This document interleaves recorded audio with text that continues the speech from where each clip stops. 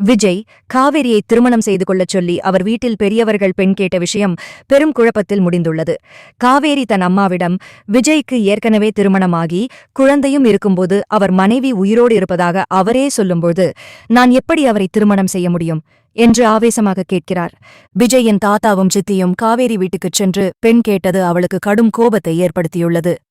அம்முவை பள்ளிக்கு விடச் சென்ற விஜயிடம் காவேரி தனது எதிர்ப்பை திட்டவட்டமாக தெரிவிக்கிறார். உங்கள் மனைவி உயிரோடு இருக்கும்போது இன்னொரு திருமணத்தை பற்றி எப்படி யோசிக்கிறீர்கள்? இனிமேல் இதுபோன்ற எண்ணத்தோடு என்னிடம் பேசாதீர்கள், எங்கள் வீட்டுக்கும் வராதீர்கள் என்று எச்சரிக்கிறார். இதனால் விஜய் தன் தாத்தா மற்றும் சித்தி மீது கடும் கோபமடைகிறார். நிலைமை சரியாகட்டும் என்றுதான் காத்திருந்த வேளையில அவர்கள் அவசரப்பட்டு காரியத்தை கெடுத்துவிட்டதாக நினைக்கிறார்.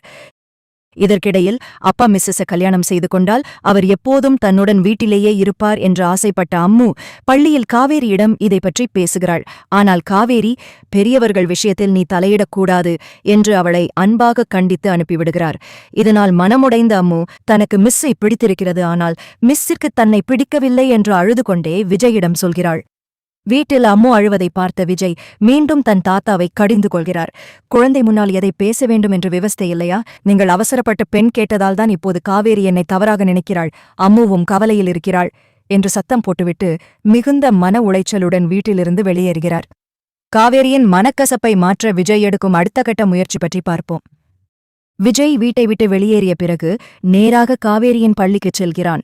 அங்கே காவேரி வகுப்பை முடித்துவிட்டு கிளம்பத் தயாராக இருக்கிறாள். விஜயை பார்த்ததும் அவள் முகம் மாறுகிறது. திரும்பவும் எதுக்கு இங்கே வந்தீர்கள்? நான் தான் ஏற்கனவே தெளிவாகச் சொல்லிவிட்டேனே என்று கோபமாகத் தொடங்குகிறாள். ஆனால் விஜய் மிகவும் நிதானமாக, காவேரி, என் வீட்டில பெரியவர்கள் வந்து பேசியது எனக்கு தெரியாமல் நடந்தது. அம்முவுக்காக அவர்கள் அவசரப்பட்டு விட்டார்கள். அதற்காக நான் உங்களிடம் மன்னிப்பு கேட்டுக்கொள்கிறேன் என்கிறான். காவேரி எதையும் கேட்கும் நிலையில் இல்லை. மன்னிப்பு இருக்கட்டும் விஜய், உங்க மனைவி உயிரோடு இருக்கும்போது நீங்க இன்னொரு வாழ்க்கையை பத்தி எப்படி யோசிக்கலாம்? அது அந்த பொண்ணுக்குச் செய்யும் துரோகம் இல்லையா என்று கேட்கிறாள். இதை கேட்ட விஜய் ஒரு நிமிடம் மௌனமாகிறான்.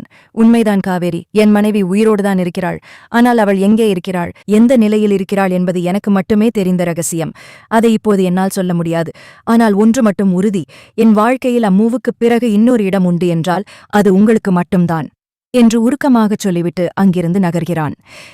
விஜயின் இந்த மர்மமான பேச்சு காவேரியை பெரும் குழப்பத்தில் ஆழ்த்துகிறது. மனைவி உயிரோடு இருந்தால் அவளை தேடிப் போகாமல் ஏன் தன்னிடம் இப்படி பேசுகிறான் என்று அவள் யோசிக்கத் தொடங்குகிறாள். மறுபுறம் அம்மு வீட்டில் யாரிடமும் பேசாமல் அழுது கொண்டே இருக்கிறாள். அவளை சமாதானப்படுத்த தாத்தா முயற்சி செய்தும் பலனில்லை. மிஸ்ஸஸை எங்க வீட்டுக்கு கூட்டிட்டு வாங்க, இல்லைன்னா நான் சாப்பிட மாட்டேன் என்று பிடிவாதம் பிடிக்கிறாள் அம்மு. நிலைமை கைமீறிப் போவதைக் கண்ட விஜயின் சித்தி ரகசியமாக காவேரிக்கு போன் செய்கிறார். அம்மா காவேரி, அம்மு பாப்பா அழுதுகிட்டே இருக்கா, அவளுக்கு உடம்பு சரியில்லாம போயிடப் போகுது, நீ ஒரு முறை வந்து அவளை பார்த்துட்டு போறியா என்று கெஞ்சுகிறார். அம்முவின் மீதான பாசத்தினால் காவேரியால் மறுக்க முடியவில்லை. அவள் விஜய் வீட்டுக்குச் செல்ல முடிவெடுக்கிறாள்.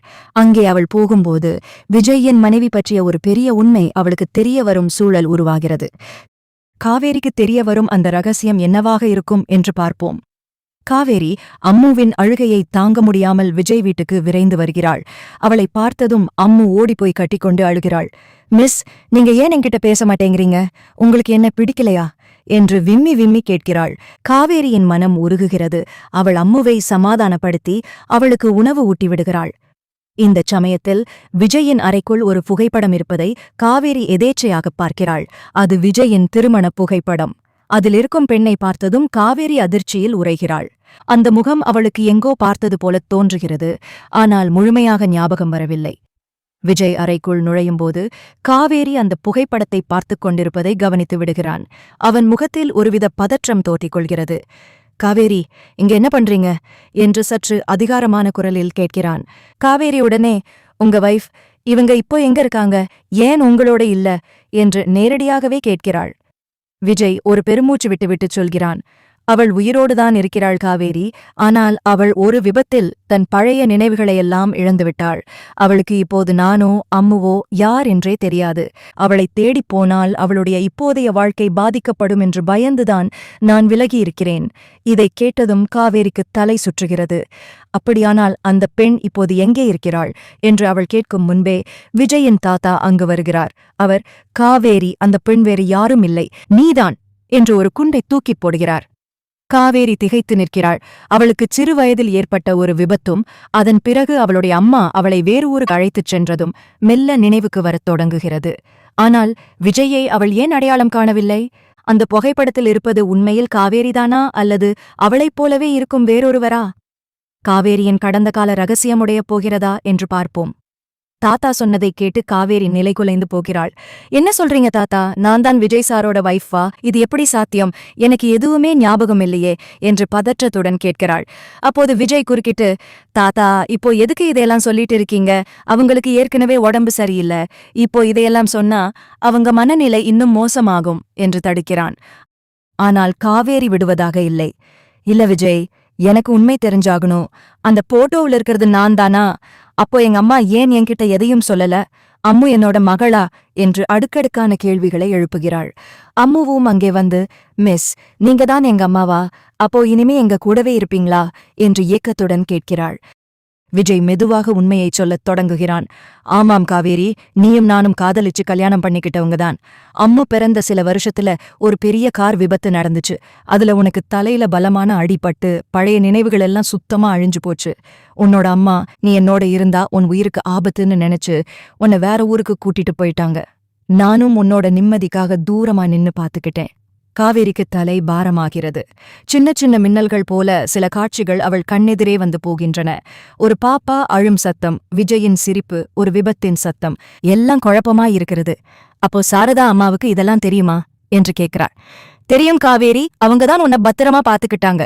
நீ பழையபடி மாறணும்னு தான் நாங்க எல்லாரும் காத்துட்டே இருந்தோம் என்கிறான் விஜய்.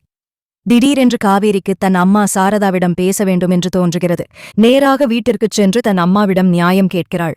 ஏம்மா என்கிட்ட உண்மையை மறைச்சிங்க? எனக்கு ஒரு வாழ்க்கை இருந்தது, ஒரு குழந்தை இருந்ததுன்னு ஏன் சொல்லல என்று அழுது கொண்டே கேட்கிறாள். சாரதா மௌனமாக அழுகிறார். உன் உயிரை காப்பாத்தத்தான் அப்படி செஞ்சேன் காவேரி என்கிறார். இப்போது காவேரி ஒரு இக்கட்டான நிலையில் இருக்கிறாள்.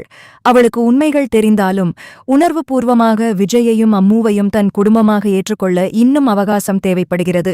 அம்முவுக்காக அவள் விஜய் வீட்டிலேயே தங்க முடிவெடுக்கிறாள். ஆனால் மனைவியாக அல்ல, ஒரு ஆசிரியையாக. மெல்ல மெல்ல அவளுக்கு பழைய நினைவுகள் திரும்புமா? காவேரியின் நினைவுகள் முழுமையாக திரும்புமா? அல்லது இடையில் ஏதேனும் புதிய சிக்கல்கள் வருமா என்று பார்ப்போம். விஜய் வீட்டில் ஆசிரியை என்ற நிலையில் தங்க முடிவெடுத்த காவேரிக்கு ஒவ்வொரு இடமும் ஏதோ ஒரு பழைய ஞாபகத்தை தூண்டுவது போலவே இருக்கிறது.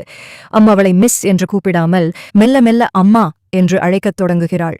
இது காவேரியின் மனதை ஒரு பக்கம் நெகிழ வைத்தாலும் முழுமையாக அந்த உறவை உணர முடியாமல் தவிக்கிறாள்.